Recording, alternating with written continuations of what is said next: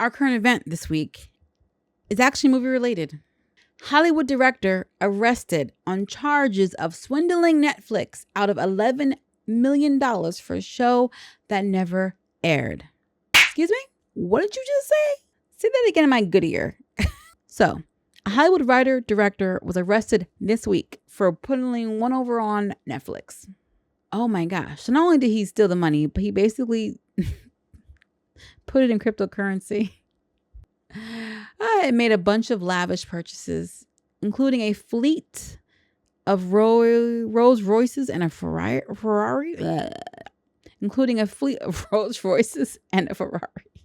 Forgive me, guys. Forgive my ignorance. How much is a fleet of cars? Like, how much is a fleet of cars? Apparently a minimum of 5 vehicles constitutes a fleet. So he purchased at least 5 Rolls Royces. Why? Couldn't tell you. Let's dive in more. Carl Eric Rinsch. Does that name sound familiar? Despite my bad pronunciation? Well, perhaps for some of you it will, because he directed the film 47 Ronin. The one with Keanu Reeves as a samurai. I think he was helping to save a bunch of samurai or something. I obviously didn't watch the movie, so couldn't tell you. But it involved samurais and swords and fighting and looked cool with Keanu Reeves. That same guy. So they charged him with wire fraud and money laundering. In a scheme to defraud the streaming giant Netflix. Now, I am not a huge lover and defender of big studios, or big streaming platforms that want to, just strip things away from the little guy. But you can't steal from people. You just can't. Netflix initially paid $44 million to purchase an unfinished show called White Horse, but eventually doled out another $11 million after he said he needed the additional cash to complete the show. But instead of using the extra money to wrap up everything, he transferred it to like a brokerage account and made a series of failed investments. Dog, he lost about half of it in 2 months. What? Okay. All right. So his IMDb page says nothing about White Horse, not in production, not post-production, nothing. He was the director of an episode of a TV series called Conquest, which is upcoming. That's going to be awkward. The other half, he dumped into cryptocurrency. And I know what you're thinking. Why? However, this was actually a good move for him because he made money doing that. And he transferred the earnings into a personal bank account. And that was that. Okay.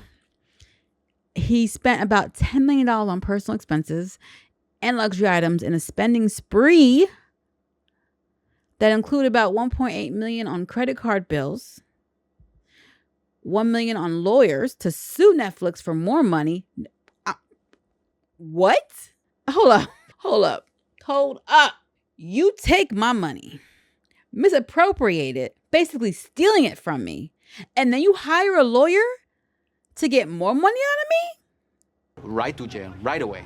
$3.7 million on furniture and antiques. All right. I don't know if you guys know this or not, so let me just clear the air. I am not a millionaire. I am not an 100,000-aire either. So perhaps I am out of touch with how much furniture costs for the upper echelons in society. But $3.7 million feels like a lot. I know that it includes antiques.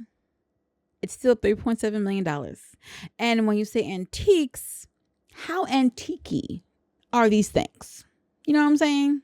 Is it like the first toothbrush the Pilgrims use? Like, I don't know. I don't understand.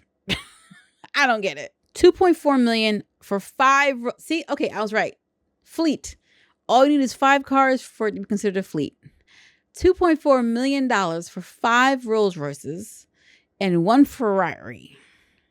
And $652,000 on watches and clothes. Well, considering that you will probably only be wearing a jumpsuit for the next some odd years, that was a waste. You don't need all those clothes. He was arrested in West Hollywood and is set to appear in federal court in California. Oh my gosh. I think either this week or next week. And his indictment was filed in New York. Yo, Carl, my dude, what was the plan? Like, were you going to change your identity and move and live in some secluded island like some former CIA agent on the run? Like, the audacity to steal that money and then hire somebody to get more money. Like that, my brain cannot comprehend. Like, what am I missing here? There's something that I am not seeing or not understanding with this story because it is not computing. I don't get it. Well, it kind of makes you want to watch 47 Ronin. I can't even be like, oh, times got hard for you. So here's the thing. They're suing him for $11 million because it says that he received they paid $44 million to purchase the show and then paid an extra $11 million. Don't you wish now, Netflix, that you had bought my show? The Zombie Chronicles would have been way cheaper. That's okay. It's on Tubi now. You guys can watch it for free. I'll put the link in the description and the comments. It says Netflix declined to comment. Of course. I lost, I don't know, 44 or 11 or $55 million. I ain't talking to nobody. I'm not in the mood. Be gone. And how does this affect, moving forward, other directors and other creatives that have deals or are working with Netflix? And is this kind of a little bit of karma for how they treated the creator of Squid Games? Because they tried that man to the fullest. I'm not saying that you should steal. Don't steal. This is not good. Bad. But what I'm saying is, seed you sow, good or bad, come back to you. So you swindled that man out of some money and rights to his own work and things that, regarding Squid Games because of where he was when he came to you. And now you got. It's poetic. Isn't it weird that I'm even more interested now in his concept of what the show White Horse is? Like, what did you pitch to Netflix for them to be like, yeah, paying for that $44 million? Because it's not real. It's not here anywhere. It doesn't even show that you were working on it. So what is White Horse about? I gotta know. All right, guys. Tell me what you think about this story. And would you dare steal $11 million from Netflix and stay in the same country? If you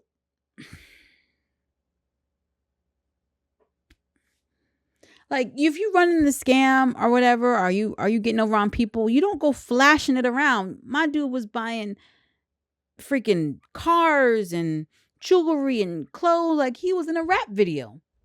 What are you doing? All right. Let me know you guys' thoughts on this. Weird. Hey guys, quick aside. If you like what you're seeing and you like what you're hearing, feel free to give the video a like, subscribe, and hit the notification bell so you can always be up to date on what's going on.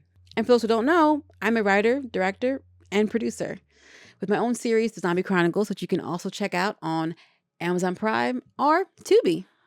And those looking for a way to help support further, you can check out my Patreon, NXG Global Productions, where I discuss more movie reviews, access to clips of my writers group recordings, first look at behind the scenes, shout outs on social media, posts, and more. I'm looking to grow the community and would love to have you be a part of it. Plug over.